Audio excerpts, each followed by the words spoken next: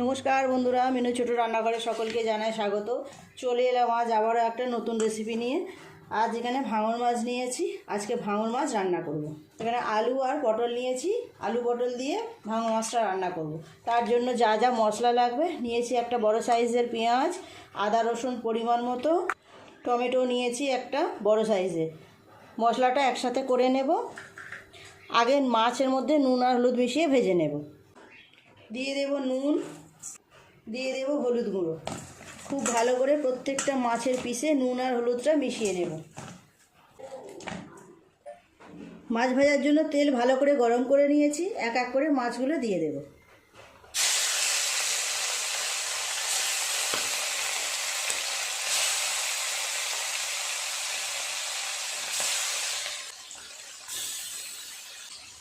মাছগুলো ভাজা হতে থাক, ততক্ষণ আমি মশলাটা ওদিকে করে নেব।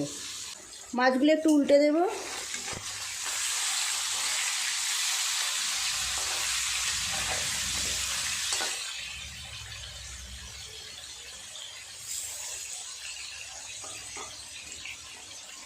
এই মাছগুলো ভাজা হয়ে গেছে, তুলে নেব।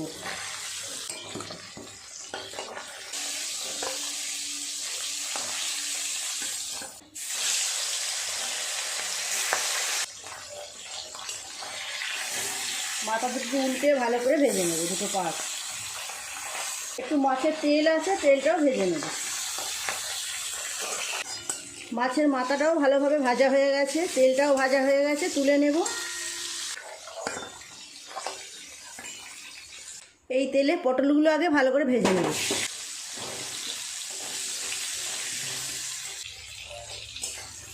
পটলগুলো বেশ কিছুটা ভাজা হয়ে গেছে, এর উপরে আলুগুলোও দিয়ে দেব। আলু পটল আর একটু ভালো করে ভেজে নেব।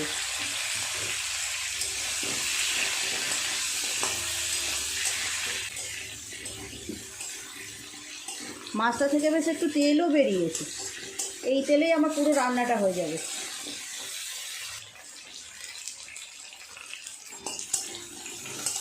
আলু পটল খুব সুন্দর করে ভেজে নিয়েছি, তুলে নেব।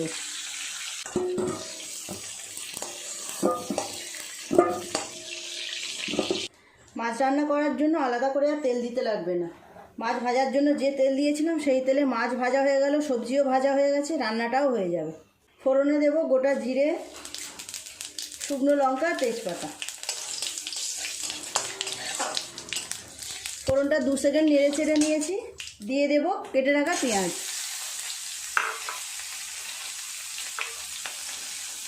পেঁয়াজটা একটু ভালো করে ভেজে নেব, লাল করে।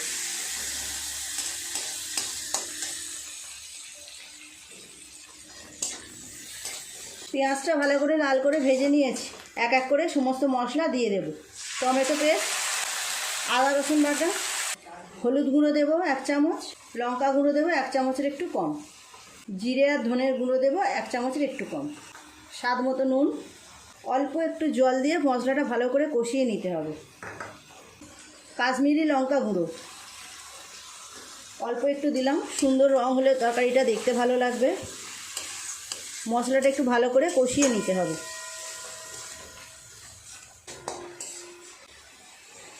মশলা থেকে বেশ তেল ছেড়ে দিয়েছে, ভালোভাবে কষানো হয়ে গেছে মশলাটা। দিয়ে দেব ভেজে রাখা আলু আর পটল। আলু পটলটা দিয়ে আরও একটু ভালো করে কষিয়ে নেব মশলার সাথে।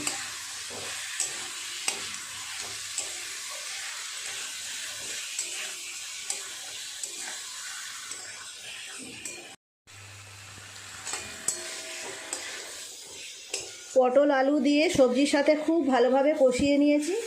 কেমন হয়েছে দেখতে দেখুন। এবার জল দিয়ে দেব, মশলার জায়গা দেওয়া জল।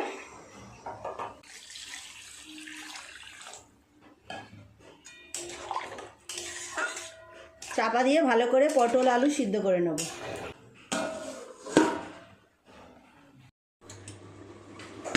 ঢাকাটা এবার খুলে দেখি কেমন সিদ্ধ হলো সবজিগুলো।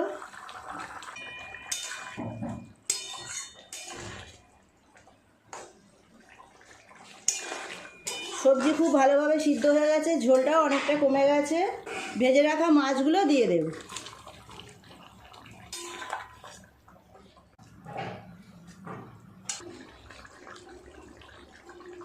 ভেজে রাখা মাছ দিয়ে আরও 4-5 মিনিট ফুটিয়ে নিলাম। পুরোপুরি রেডি হয়ে গেছে, অন্য জায়গায় ঢেলে নেব। কেমন দেখতে হয়েছে দেখেছেন? অপূর্ব সুন্দর রং এসেছে, খুব সুন্দর গন্ধও বেরোচ্ছে। এই জায়গার মধ্যেই নামিয়ে নেব। কেমন হয়েছে বন্ধুরা দেখুন, পটল আলু দিয়ে ভাঙন মাছের তরকারি। এর আগে আমি শুধু আলু দিয়ে কালিয়া মতো করেছিলাম। কেমন লাগছে কমেন্ট করে জানাবেন। ভালো লাগলে একটা লাইক করে দেবেন। আপনারা যারা কোনো দিন এইভাবে ভাঙন মাছ রান্না করেননি, একবার রান্না করে দেখবেন, অপূর্ব সুন্দর খেতে হয়। প্লিজ বন্ধুরা, রেসিপিটা ভালো লাগলে একটা লাইক করে দেবেন। আমার ভিডিওটি প্লিজ শেয়ার করে দেবেন, তাহলে আপনার সাথে আরও 5 জন দেখার সুযোগ পাবে। আমার চ্যানেলটি এখনও পর্যন্ত যারা সাবস্ক্রাইব করেননি, প্লিজ আমার চ্যানেলটি সাবস্ক্রাইব করে পাশে থাকা বেল ঘন্টিটা ক্লিক করে দেবেন। তাহলে যখনই আমি এই রকম নতুন নতুন সুন্দর সুন্দর রেসিপির ভিডিও আপলোড করব, সবার আগে তা আপনার নোটিফিকেশানে পৌঁছে যাবে। সবাই খুব ভালো থাকবেন। দেখা হচ্ছে পরের দিন নতুন কোনো রেসিপির সাথে। নমস্কার।